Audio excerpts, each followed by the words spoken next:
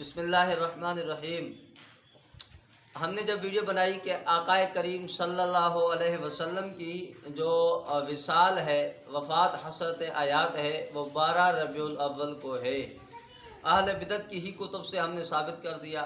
جب اتنے بڑے دلائل ہم نے رضا خانیوں کی کتب سے ثابت کیے تو حق نبی سکندری، پہلے یہ لوگ انکار کرتے تھے کہ جی، اور آج بھی کئی لوگ ایسے بریلوی حضرات ہیں جو انکار کرتے ہیں رسول اقدس صلی اللہ علیہ وسلم کی ولادت 12 ربیع الاول کو ہے اور وفات 12 کو نہیں ہے۔ جب میں نے ثابت کر دیا کہ وفات 12 کو ہے انہی کی کتابوں سے، اب حق نبی سکندری اچانک اس کا دماغ اور طرف چلا گیا اور اس بات کو بھی تسلیم کر دیا کہ رسول اقدس صلی اللہ علیہ وسلم کی جو وصال ہے، وفات عشرت آیات ہے، وہ 12 ربیع الاول ہے۔ مختلف مانو سوال کن تھا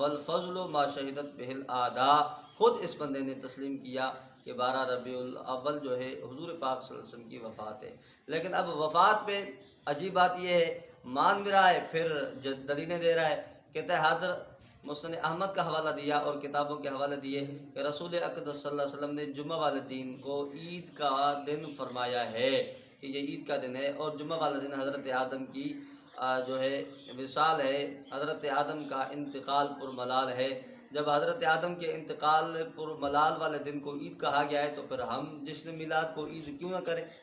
اس کے کہنے کا مطلب یہ ہے کہ آدم علیہ السلام کے وفات والے دن کو چونکہ عید کہا گیا ہے، خوشی کر سکتے ہیں، اس لیے یہاں بھی اس کے جلوس وغیرہ نکالے۔ حالانکہ ایسی کوئی بات نہیں، قیاس کیا ہے جو کہ قیاس بالفارق باطل مردود، اس کی کوئی حیثیت نہیں، نہ یہ مجتہد ہے کہ یہ اپنی طرف سے مسئلے امت کے سامنے قرآن و سنت سے استنباط کر کے بتائے۔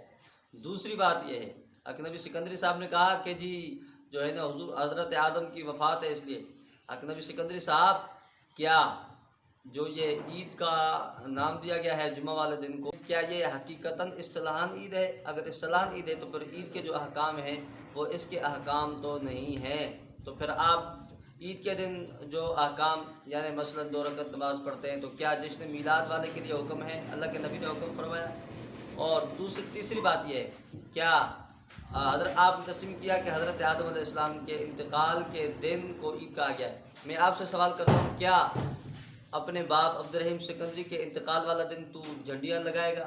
عبدالرحیم سکندری کے انتقال والا دن تو جلوس نکالے گا؟ عبدالرحیم سکندری کے انتقال والے دن تو خوشیاں منائے گا، بھنگڑے ڈالے گا؟ امت کو کیوں گمراہ کر رہے ہو؟ جب اپنے باپ کے یوم وفات پر یہ چیز برداشت نہیں کر رہا تو پھر اللہ کے نبی صلی اللہ علیہ وسلم کے لیے یہ کیوں اس طرح کر رہا ہے؟ تیسری بات یہ ہے، آپ کی خدمت پہ انہی کی گھر سے پیش کر رہا ہوں، یہ کتاب ہے جس کا نام ہے خزینۃ المبلغین۔ خزینۃ المبلغین کے اندر حضرت آدم علیہ السلام کے وصال کے حوالے سے لکھا ہوا ہے صفحہ 139 پہ کہ حضرت آدم علیہ السلام کا جب انتقال ہوا تو شیطان نے کیا کیا، آپ کے سامنے عبارت پڑھ کے سنا رہا ہوں۔ کہتا ہے چنانچہ حضرت آدم صفی اللہ علیہ السلام نے جب شجرہ ممنوعہ میں سے کھایا تو شیطان نے خوش ہو کر گانا گایا۔ نیز جب حضرت آدم علیہ السلام کی وفات ظاہر ہوئی تو اس وقت شیطان اور حضرت آدم علیہ السلام کا بد نصیب بیٹا قابیل، جس نے حسد کی وجہ سے اپنے بھائی حضرت سیدنا حابیل کو قتل کر کے دنیا میں سب سے پہلے قتل کی واردات کی تھی، وہ دونوں بہت خوش ہوئے۔ یعنی شیطان حضرت آدم کی وفات حسرت آیات پہ خوش ہوا، تو یہی کام شیطان والا تم کر رہے ہو۔